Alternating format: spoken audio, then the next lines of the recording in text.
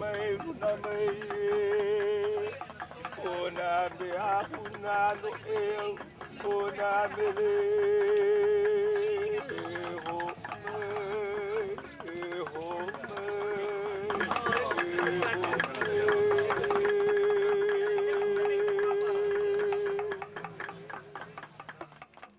this lecture, I'd like to talk a little bit about cultural interactions with spices and herbs. Now, if you've noticed, we've placed this lecture at the very end of our section on food plants and at the beginning of our section on medicinal plants. And we've done this for a specific reason, and that's because spices and herbs, perhaps more so than any other category of plants, really function both as foods and as medicines, and we can't make that distinction between them. In the past several lectures, we've been emphasizing cultural interactions with food plants, and we focused a lot on those kinds of plants that provide us with most of our sustenance, most of our calories. Spices and herbs are really interesting because while they don't provide us with our sustenance, they do provide our food with a very particular character, a character that becomes associated with certain cultures and certain cultural foods.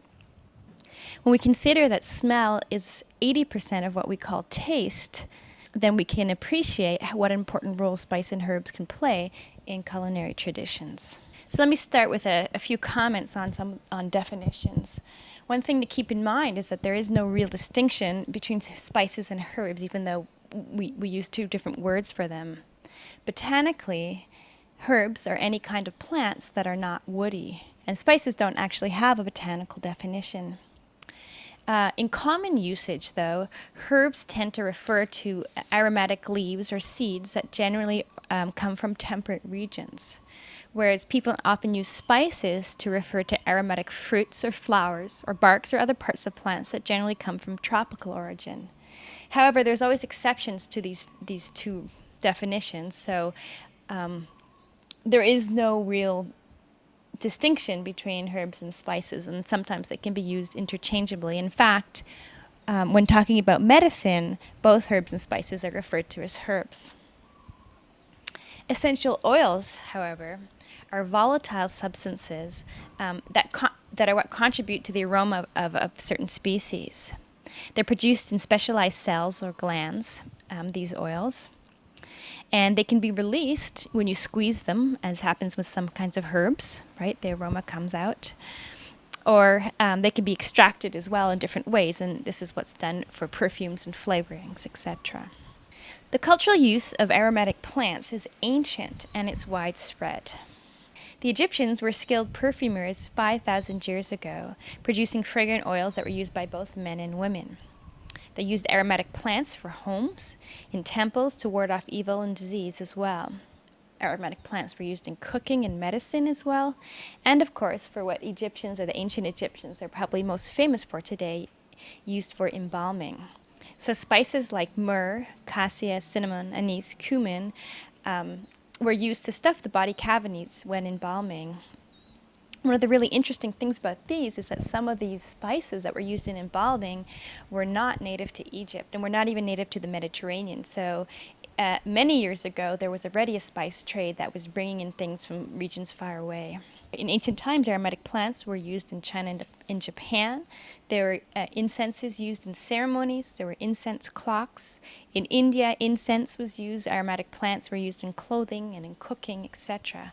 One of the very interesting things about the spice trade and the importance of spices in cultures was that it led to mixes of cultures and cultural traditions from going very far back. In Egypt, the growing demand for spices eventually led to the creation of trade routes to Southeast Asia and to China that crisscrossed the Middle East, Arabia, and India by 1400 BC. So as far back as 1400 BC, you had these trade routes that crossed these different areas and fostered cultural interactions. In ancient Greece, these routes were expanded, and Alexandria was established as a center of the spice trade in the Mediterranean. Spices like cinnamon and black pepper and ginger were traded from India, and the Arabs were the middlemen in this trade. During the Roman Empire, the spice trade reached its peak due to its prevalence in Roman culture. It was used in all kinds of things, from incense to perfumes to bath oil to wine to lamp oils, etc. However, with the fall of Rome, the network of spice trade routes fell as well. The Arabs then took over control of Alexandria, and they themselves continued to use spices. In fact, Mohammed, the prophet, had been a spice trader as a young man. Now, spices were traded among with other products over the Silk Road, something that many of you may have heard about before. The Silk Road was an Asian network of camel caravan routes, and it was the primary cultural and commercial link between China and Europe from about 100 BC to the 15th century. But what people aren't so familiar with is that there was also a maritime route of trade for spices and other products that was also very important and also led to very important cultural interactions. One of the centers of this maritime trade we now know is a place called Berenike, which is in Egypt and near the border of Sudan on the Red Sea. Although Berenike was known by historians from written accounts, archaeologists spent at least 8 years or more excavating, and just a few years ago found a lot of remains of this ancient trade center, which functioned as a maritime trade center between the east and the west. So from Berenike, boats went down to trade with Somalia and Ethiopia. They went across to Arabia to trade for frankincense and myrrh, and to India to trade for spices. There's also evidence that they traded all the way in Southeast Asia with Thailand and Java. They're not sure whether directly or indirectly. This trade, of course, led to a real mix of cultures. We tend to think about globalization and multiculturalism as things that are very recent, but Berenike was functioning as a trade center about 2,000 years ago, and archaeologists found inscriptions there written in 11 different languages, including Greek and Hebrew and Latin and Coptic and Sanskrit, etc. So there were goods from all around, and there were people from all around, and there was that mix of cultures. It was a cosmopolitan place about 2,000 years ago. One of the other things that we learned from the archaeology done here was that the trade was not just a Roman enterprise. It looks like ships were also built and armed in India and crewed with Indians. So leaving India, not just leaving the Roman Empire and going through other places. Anyway, Berenike was established about 3 BC, and in the archaeological remains, archaeologists have found all kinds of things like beads and gems and batik cloth, but also peppercorns. 16 pounds of peppercorns were apparently found in a garbage bin. And what the archaeologists say is that to have this amount of pepper found in a garbage means that the amount of trade in pepper going on must have been mind-boggling. So this maritime route was used at the same time as the Silk Road was used. Now, they think that sometime around the 6th century, the harbor silted over for unknown reasons, and that trade then fell. The point that I'm trying to make is that there was this ancient trade in spices that led to these mixes of cultures and cultural traditions and culinary traditions that dates back several thousand years. Some of the spices that were traded include resins, which were used for incenses. These include products like myrrh, made from comifera. This is the resin that's then burnt, the resin of the tree that's then burnt. And frankincense, made from boswellia. Both of them are from Africa, although traded in Arabia. Resins were often burned and used as offerings to the gods, and still are in many places today. Some of the important spices that were and continue to be traded that are native to India and Sri Lanka include cinnamon. We know that cinnamon is the bark of cinnamon that's used, and often the bark of young suckers that come off the trees. Black pepper, which is a vine. A piper species, which is related to ava, many of you are familiar with. The dried fruits are black pepper. Actually, black pepper, white pepper, and green pepper are all the same species. However, Szechuan pepper is a different species, as is red pepper. In fact, if any of you are familiar with Christmas berry, which is an invasive species here that's naturalized in the forests, that's what red pepper comes from. Cardamom as well. Cardamom is part of the ginger family. One of the neat things about cardamom is that the pods, which is what we call cardamom, which is the part of the plant that's used as the spice, come off shoots beside the actual leaves, so not as part of the plant, but beside the plant. And different types of gingers as well. Now, after the Roman Empire fell, the supply of spices was reduced, of course, and cultivation was actually only continued in monasteries, where they cultivated aromatic and medicinal plants. So in what are known as the Dark Ages in Europe, most of the spices and herbs that were used were those that were native to the Mediterranean region. These are actually a lot of the spices that many of you will be familiar with today. They include, for instance, saffron, which is actually the world's most expensive spice. It's very expensive because saffron is actually made from the stigma, which is the female reproductive part of the flower, of a crocus. Many herbs in the mint family are native to the Mediterranean region. These include things like oregano, rosemary, thyme, sage, and many herbs in the carrot family as well, including celery, dill, cumin, and cilantro. Again, some of you may know that cilantro is often used to refer to the leaves of the plant, and coriander refers to the seed. However, after the Crusades, which is about after 1090, there was an increase in demand for spices in Europe, and that's because the Crusaders who were fighting in Palestine and Syria acquired a taste for them and wanted them when they came back home.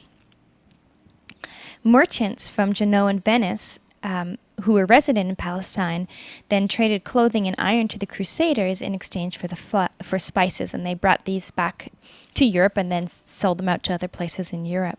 Venice and Genoa actually became trade centers, especially for spices like nutmeg and mace. In fact, the flow became so copious that in 1198, Romans are said to have fumigated the streets with nutmeg for the Emperor Henry VII.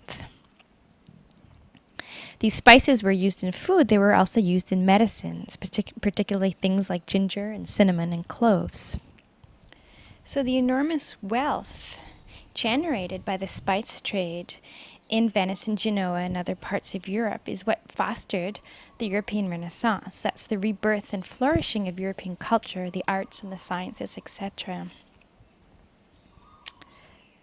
So you can see how spices played an enormous role in the development of European culture. However, when Constantinople, or Istanbul today, was captured by the Turks in 1453, everything changed because the Europeans no longer had their trade routes out to Asia. And they needed to find a new way to reach India and China to obtain the spices and the other products like silk that they were trading. And this, of course, set the stage for the European voyages of exploration. So in one way, the spice trade led to the flourishing of European culture. But at the same time, it also led to the exploitation and decimation of other cultures. The spices obtained from the so-called Spice Islands provide an example of this. The spices obtained from the Spice Islands, which are now in the Maluku province of Indonesia, include cloves, Syzygium aromaticum, and particularly nutmeg and mace, which come from one tree, Myristica fragrans, which is actually endemic to a certain group of islands called the Banda Islands. The nutmeg is the kernel of the nut, and the mace is the red aril that grows around it. The local people eat the fruit, which is kind of like an apricot, as a confection, and use the nutmeg and the mace. They have a long history of using nutmeg for various purposes and for trading it as well. By the 5th century, nutmeg reached India, and by the 9th century, the trade was more formalized as Indians living in Java monopolized it. Arab traders then traded it and brought it over to the Persian Gulf and to Constantinople, though they always kept the origin secret. Nutmeg was used as a food and as a medicine. So nutmeg was one of the most important spices that was brought into Venice and Genoa, who established a monopoly on it, and was what brought much of the wealth into that area. Of course, when with the takeover of Constantinople, the trade routes overland were closed, and the Europeans set up on maritime explorations to try find the Spice Islands and other places to which they were trading. The Portuguese were the first to find the Spice Islands. They got there directly, and they began trading in spices and giving it to the Dutch, who then sold it to the rest of Europe. The Dutch, however, wanted to take over directly, and after a bunch of events happened, they managed to do so. They arrived there directly, and in their first voyage to the Banda Islands, came back with 45 tons of nutmeg. They coerced and convinced the Banda elders to give them the monopoly on this as well. And they became incredibly wealthy. Nutmeg that cost the Dutch an equivalent of $1 in the Banda Islands could then be resold for $30,000, or the equivalent of $30,000 in Europe. So the profits were enormous. Where were these spices going? They were going into use for foods and for medicines across Europe, and exported to all different parts of Europe as well. The Dutch arrived there directly in 1595, and a few months later they returned again with about 750 people, and they began to build a stone fort there to establish themselves. Now, apparently, the Banda had an ancient prophecy that warned of a fair-skinned people who would overrun Banda and destroy its people. The Banda became worried and ambushed a Dutch admiral and 20 of his staff and put his head on public display. The Dutch returned to take their revenge sometime later, maybe about 25 years later, but they returned with 16 warships, 1,905 soldiers, 100 Japanese mercenaries. This was in 1621. They burnt all the villages and killed everyone they could, and they took the rest as slaves to Java. Of the 15,000 Banda people who originally lived in the islands, only 1,000 remained after that massacre. After that genocide, the Dutch asked their citizens to come live there, provided them with slaves to work on nutmeg plantations. So this is a very horrible example of how spice trade on one side could lead to such wealth and flourishing of culture, and on the other side could lead to such exploitation and near extermination of other cultures. This is one extreme example, but it's happened across the world with spices and many other kinds of foods that we've talked about in this class. Aromatic plants, of course, were important and are very important in Polynesia in the past and today. Spices that were used in Polynesia, of course, include olena or turmeric, which is one of the canoe plants, so you're familiar with it. And another example is inamon, which is made from kukui, again, one of the plants that the first Hawaiians brought with them. However, fragrant plants had and have many other uses besides foods and medicines in Hawaii. In particular, they're very important in the arts. And today we can see the importance is continued through the use of aromatic plants in lei. And you'll be hearing about that more in future lectures. When the Europeans reached the Americas, they discovered more other types of spices, which have also become very important in cuisines across the world. These spices, of course, were used by the local people in the local cultures for hundreds or thousands of years. So these includes things like allspice. Allspice, some of you may be familiar with because it's actually naturalized in the forests here in Hawaii. The allspice is the fruit of the tree, pimienta de oca, and that is dried. Vanilla, which we'll talk about later in another lecture, but is made from an orchid. And chili peppers, which we've talked about before. Very important spice in the past, in where it's native to in Mexico, and very important in cuisines across the world today. One of the interesting things about aromatic plants is that different cultures have used similar species, similar aromatic species for similar purposes. And we can see that when we look at a family of plants like the gingers, the Zingiberaceae. Many plants in this family are aromatic leaves or aromatic roots. And it seems like in the places in which these plants originated, the diverse cultures have learned to use them both for food and medicine. So examples of ginger plants that are from different parts of the world and have been used in food and medicine include common ginger, which most of you will be familiar with from cooking, galagal or Thai ginger, Japanese ginger, finger root or Chinese ginger, olena or turmeric, which I just talked about, and black cardamom. Just as we've talked about in the lecture on wild food plants, as spices and herbs have moved across space and time, cultures have adapted them and adopted them into their cuisines and mixed them with the local things to come up with certain combinations that are now very associated with certain types of cultural or culinary traditions. So this is just an example of so-called typical spices and herbs that are associated with different cultures.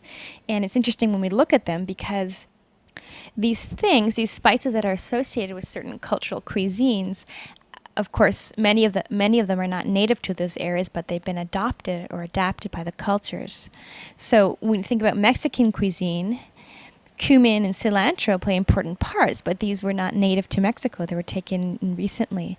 Similarly, in Chinese cuisine, chili peppers and in Indian cuisine, chili peppers play an important role, but these, of course, were not native to there either and could have only arrived maybe within the past 500 years.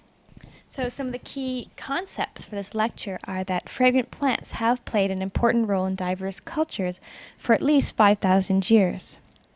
The spice trade dates back at least 3,000 years and led to interactions among cultures from Southeast Asia, Africa, South Asia, and the Mediterranean. The desire for spices in Europe helped foster the Renaissance, or rebirth of European culture. At the same time, European domination of the spice trade very often led to very negative effects on the cultural traditions and on the people where the spices were produced. And finally, fragrant plants continue to play an important role in many cultures today, although, of course, their significance and the use in the species have changed over time.